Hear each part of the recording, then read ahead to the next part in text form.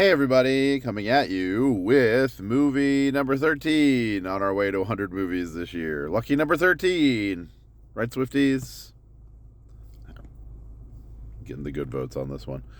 I saw Wuthering Heights. There it is. Wuthering Heights. Emerald Tunnel movie. Margot Robbie. Jacob Elordi. Oh, boy. First of all, once again, much like going to see The Housemaid, awkward guy in the back row, the lots of pity looks, but I'm doing this for the art in the movies, everybody. Doing this for the art. Um, it's definitely hard to be a single person who loves movies. It is what it is. All right. Let's get to it. Wuthering Heights, again, number 13 for the year out of 100. I'm torn. I really am on this one.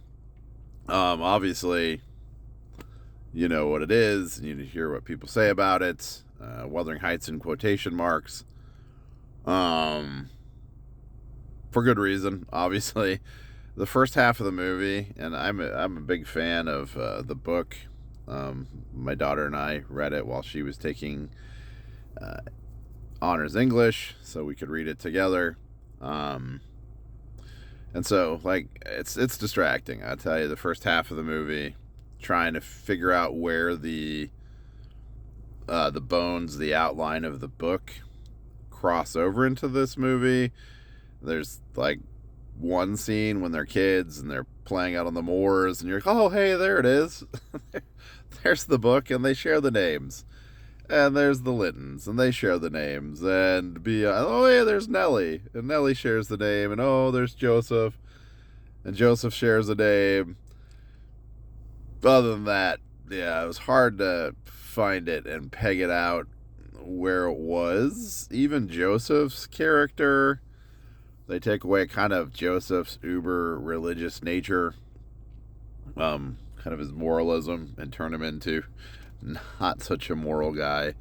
So that was the first half of the movie where I was like, you're not Wuthering Heights. They need to name this something else. And it reminded me, if you haven't, I think it's on Netflix, if you haven't seen Wuthering High, where they took Wuthering Heights and put it inside a high school, that version. And I was like, do I want to watch this or do I want to watch Wuthering High? And so at first it was just like, I can't. I tried really hard in my brain to shut it down, to say, okay. I thought of all the things of movies where I've had to shut down plots that I love because of the movie. So one of the things I came back to, my favorite book all time is Les Miserables. Obviously, loved the stage show, loved the book, read the book when I was 10 years old in Walden Books, and I was that kid sitting in the corner reading French literature. It was my French literature phase. Three Musketeers, Phantom of the Opera.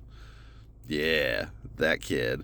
And I love Les Miserables in the unabridged version, even all the history about Napoleon.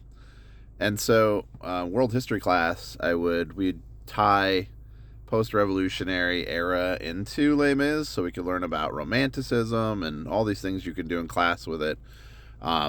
Psychology, all the things that were happening with changing, nationalism, 1830s revolutions like Belgium and everything else. So it worked out really beautifully.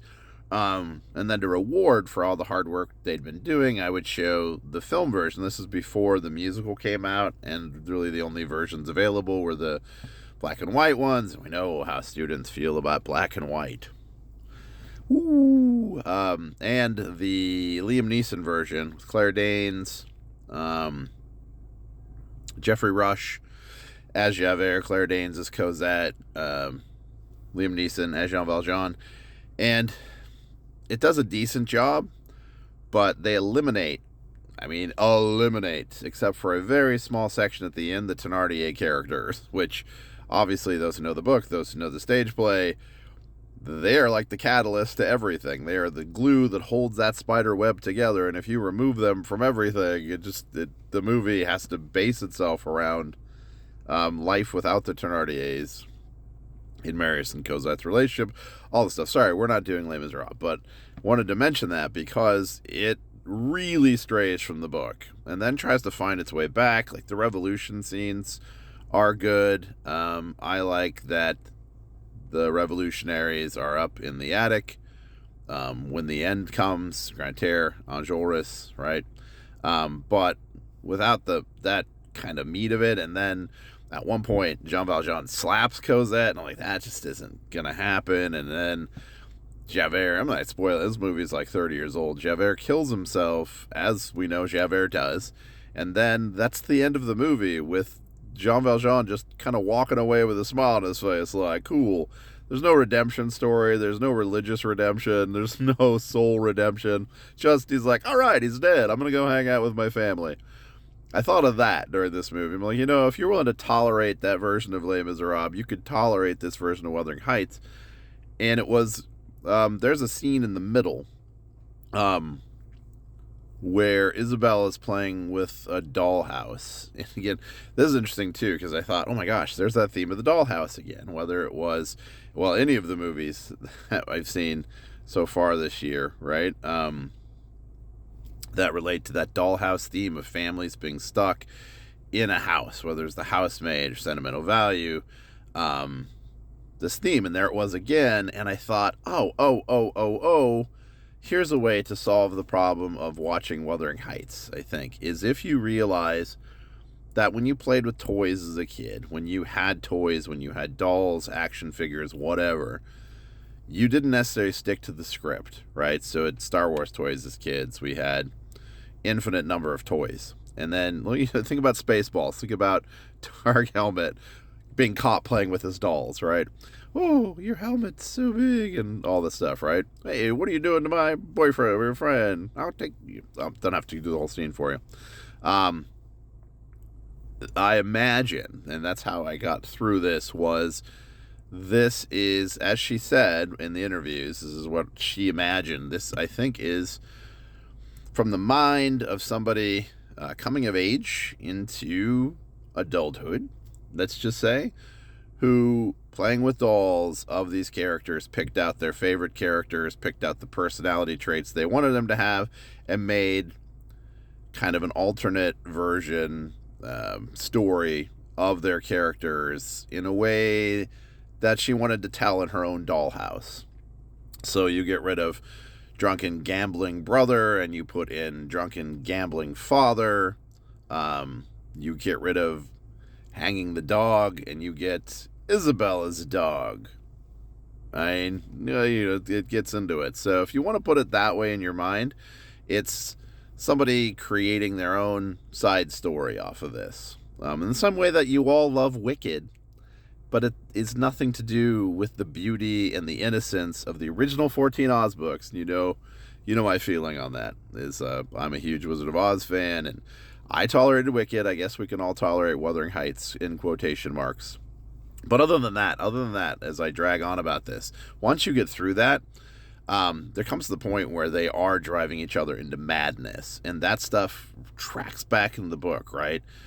The scenes where Catherine is losing her mind, and I would tell you about this movie, it is so gorgeous. Despite maybe the plot holes, the controversies that are going on, this movie is beautiful. Like the sets, the lighting, the costumes. You get lost just in the scope, in the way that everything plays out, from the claustrophobia of the houses to the freedom of the moors. It is gorgeous, and it's gorgeously shot. And it's a lot like that Les Miserables movie, which is also very gorgeous. So take it for that. Like I said, the last end, a bit of it, once I got through it and saw it for what it was as its own vehicle in her mind, the relationship between the two is an interesting thing, right? And obviously you're looking for the things that are in the book. I like the theory that Wuthering Heights is a vampire story in its gothicness, and that kind of plays out as well, which I loved, because I was waiting for something to give that kind of indication of buying into the vampire lore of this book. So I'd say go see it. Go see it with an open mind. See what you think. Wuthering Heights.